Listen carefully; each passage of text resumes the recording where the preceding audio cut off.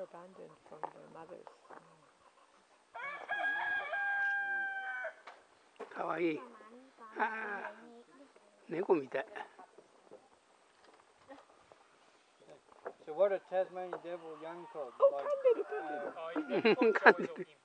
Joeys or imps? Yeah, Joeys because of marsupials and imps because of the devil sort of thing, so people call them imps. Imps? Yeah. IMPS. Yep, that's it. Are they boys or girls? They learn young, don't they? They're not boys or girls. They get into your tree, you just let them. Oh, bite. Alrighty. Are they males? What are they? Are they girls or boys? 2 boys and a girl. Oh, 2 boys. Alright, I think that's everyone there. もうそろそろやんのかな。 Rightio, guys, welcome to Tasmania Zoo. My name is Aaron, and in here today we've got Billy, Ray, and Cyrus. Now, these are 3 of our younger devils we have here at the zoo, and like I said before, they're about 6.5 months ああいう old. 感じで噛んじゃうんだ。 These guys, they don't reach their full growth or full Bite. maturity until they're about 2 years old, so they've Bite got a little while together. to go yet. Now, obviously in captivity, these guys have a pretty laid-back and easy life, but in the wild, it's a completely different story. These guys have a very short and a very hard life. Now, they have to fight their entire life to survive. So these guys, they usually pass away at the age of 5.5 to 6 years old in the wild, but in captivity they can live up to about 6.5, maybe 7 if they're really, really lucky. So they have a very short lifespan. Now, these guys, as soon as they're born, like I said, fighting for survival. What the females will do, they'll give birth to up to 20 or 30 little babies. And like I said before, they're called Joeys or imps, and 20 to 30, so a lot of them. Now, when these guys... when these guys are born, they're absolutely tiny. They're about the size of a little tick, so you can fit 4 or 5 of them on a 5-cent coin, which gives you a bit of an idea how small they are. So absolutely tiny. So there's no way that we can hand raise them. Now, with the babies, only 4 of them will survive out of that 30 because the females only have 4 teats to feed their young. So it seems pretty harsh, but it's just really nature's way of making sure the fittest survive. So out of the 34 will survive. Now, those 4 that do make it to the teats, they'll latch on, their teat will swell up in their mouth, and they'll be locked on for a month or so.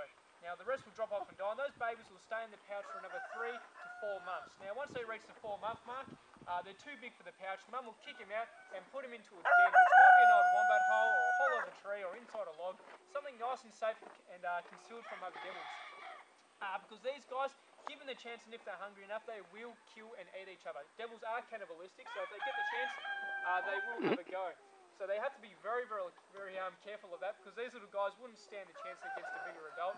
Now, once those babies are in the den, they'll stay in there for another 4 to 5 months. And during that time, Mum will bring him pieces of meat and give him a bit of the suckle of the milk as well. But she'll try to wean him off that milk and get him onto full muscle meat. Now, once these little guys reach the age of about 9 to 10 months, that's it. They have to fend for themselves. Mum will leave them and they're on their own. Now, at that age, they're not really much bigger than this. So that 2nd year of life for a baby devil is a very, very hard one. They'll have to... Those roosters are annoying. Now, these guys, during that 2nd year of life, they'll survive off eating plant material, bugs, and rats and mice and things like that. They really have to scratch a living and they lose condition very, very quickly.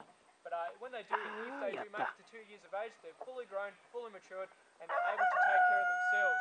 Now, from the age of 2 and over, these guys are solely scavengers, and they'll survive off eating carrion, which is dead meat or dead animals. So that's what they'll solely eat. Now, what I've got here today, I'm going to be feeding them is a bit of wallaby, which is a part of their natural diet. So it's got fur, blood, bone, and all those sorts of things all over it. So if you don't like that sort of stuff, just giving you a warning now, because a lot of people don't. So I reckon they're pretty hungry because they're trying to get into my leg at the moment. Come on. What's this? Get off my leg. There we go. Come on. Get into it. It's rabbit? No. Start. Rightio. Now, like I said, scavengers. Now, the life of a scavenger isn't really that great of a life. These guys really have to scratch a living. Now, in order to eat enough and sustain themselves, these guys have to eat everything when they do find it. So they'll eat the fur, bone, teeth, claws, fingernails, scales, all the insides, you name it, a devil will eat it. Now, in order to do such things, again, these little guys have evolved with a massive jaw pressure. Now, when they're fully grown, a fully grown male can give a pressure of around 3,500 pounds per square inch. Oh.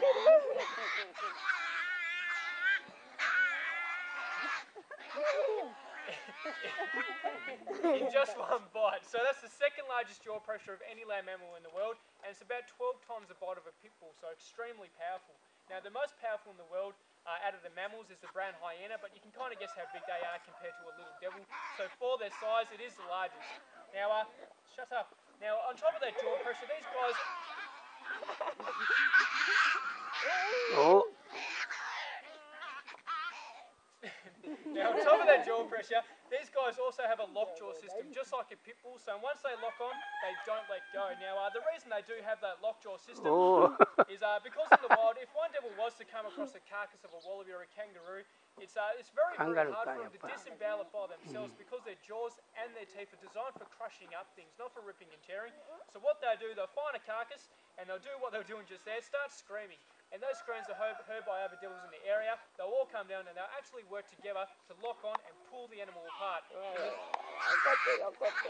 In the smaller pieces like this, which they'll take under a log or a bush, and they'll start clawing at it and chewing it all up so they can digest it. Now, come on, get into it.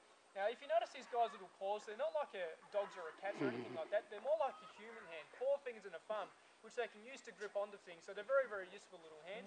And at this age, the only protection they have from older devils is their climbing ability. At this age, they're just like little possums, excellent little climbers. Now, the bigger adults, they're too big and fat and heavy to climb trees, so they stay pretty safe up there. So that's exactly why we have no trees in this enclosure, for a very good purpose. Otherwise, there'd be no point in having devils in here. Okay? Now, obviously, we do breed devils here at the zoo. Now, we have the world's largest and most successful breeding program for these little guys. And